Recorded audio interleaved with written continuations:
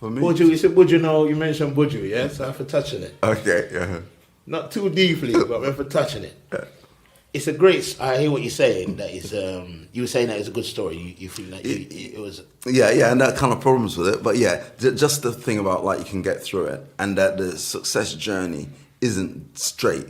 People think like, oh, yeah, I'm going to build this, I'm going to do that, and then I'm going to get it to the build up, and I'll get to this point. And often it gets into, like, as I say, even as an artist, where you might have 3 years where you're thinking, boy, like in the last 6 months I've done 3 shows, and it's like, boy, you know, like things are dark. And then you have a year where you think, wow, it's fantastic. And it's just like, it's never a straight line. Yeah. So that's what I find. Yeah. Okay, cool. Yeah, and I think in that way it's a great story still, you know what I mean? But I'm watching him, you know? But I've got my eye on him still, you know what I mean? He's got because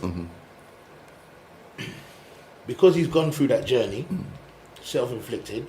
Yeah. Like, you don't get no passes for me when it's self-inflicted, you know? Yeah. You don't get no passes for me at all. Yeah. So, like, when you come out the other side, and I'm glad you're out the other side, don't get me wrong, you know, of course, I'm happy that you're at the other side. Yeah. But you need to show me that you're not gonna, that you need to show me that you know that you've messed up and you've learned from that. Yeah. And I want to see you show others don't go down that road. Yes. Yeah. There's no point in making mistakes unless you and others are gonna learn from it. Yeah. And the You know first, what I mean? and the There's first. no point in doing it. If you're gonna make a mistake and then keep it to yourself Yeah. and then carry on like everything's wonderful, then what was the point of that? There's no point. There's no point.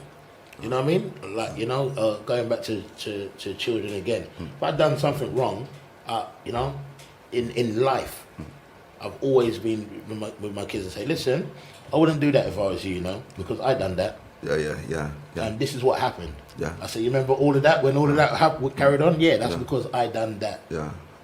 You know what I mean? And so there's no point in making mistakes unless you're going to use it to learn yourself and teach other people. So when I say I got my eye on him, is I really want him to do that because he's in a perfect position now and he's been given a great opportunity to come back like that. Yeah. He's been given a great opportunity, so I just want him to use it to the fullest and not get caught. I was really worried at first that because there was so much hype when he came out that the hype and the ego was gonna take over. Yeah.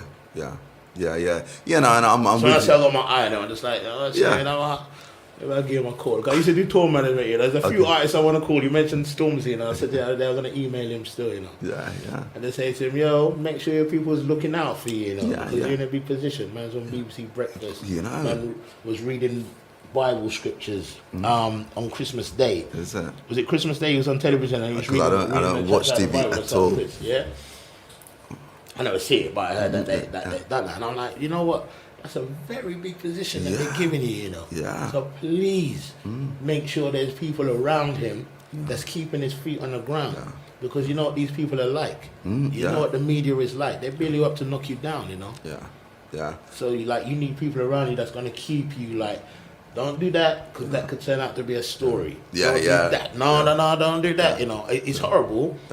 In a way that you have to constrict your life in that way, but at the same time you have to be sensible because these people will mash you up, and you have to remember when they mash you up, it's not just you individual, you know. They're hurting everyone who listens to you and everyone who follows you. Yeah. No, I agree, definitely. You know what I mean? And for me, that thing about like accepting and owning up, and I kind of hope that Buju takes it there, like in the album, that he will kind of say, you know, actually this is what kind of happened. I don't want him to just like gloss over it, because then I'm not going to be confident that he's learned. Same like you. I want to hear him kind of say, boy, you know, look, I took a wrong turn, consequences, like I'm just thankful I'm like back on road. Yeah, we mustn't be afraid of admitting that something's gone wrong, you know, because it hasn't gone wrong. You just learn. That's how you learn. It's an experience. You know what I mean? There was a saying, I can't remember how it goes now, but yeah, you can't be afraid of saying that didn't work out or that I done wrong there. We shouldn't be afraid of that. The same way that we shouldn't have this stigma of afraid to talking about these things. You know, and I think that comes back to the original conversation, even with mental health and stuff like that. You know, that we have to get rid of these stigmas of Yeah. being frightened to say that we're not feeling great, or being frightened to say I made a mistake, frightened to say things are not going well. Yeah. You know what I mean? We can't do that. We have to be open about it, because not only is it going to help the individual saying it, it's going to help people around them as well who's hearing it as well. You know. Yeah. You know what I mean? And yeah, we have to get rid of these things here. I bought old Raggamuffin and downloaded it onto a flash drive. So I was driving in the car when I first heard the track. Say that again. You brought it and then you downloaded it onto the flash drive. Yeah. Okay. Say it again.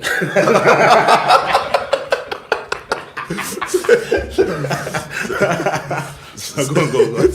So in the car, I'm driving, listening, and I hear the track where you talk about, another relationship down the drain, and you kind of spoke about like having to talk to your children about like how like difficult that was, but it was some kind of acknowledgement that this wasn't just something that happened to you personally, even though you talk about that, you talk about how it affects them.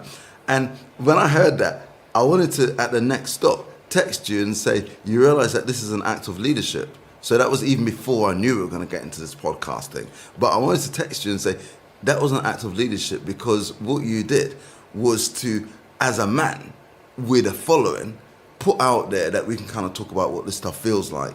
And that kind of stuff where you're saying like with Buju, it's like, we're not just going to gloss over it. We're not just going to say, oh, that, and then move on fast. You went into it so people can kind of see it's okay to kind of say, actually, this stuff is tough. Yeah. And I thought it was an act of, so I really wanted to, so I'm saying it now, I thought that was an act of leadership.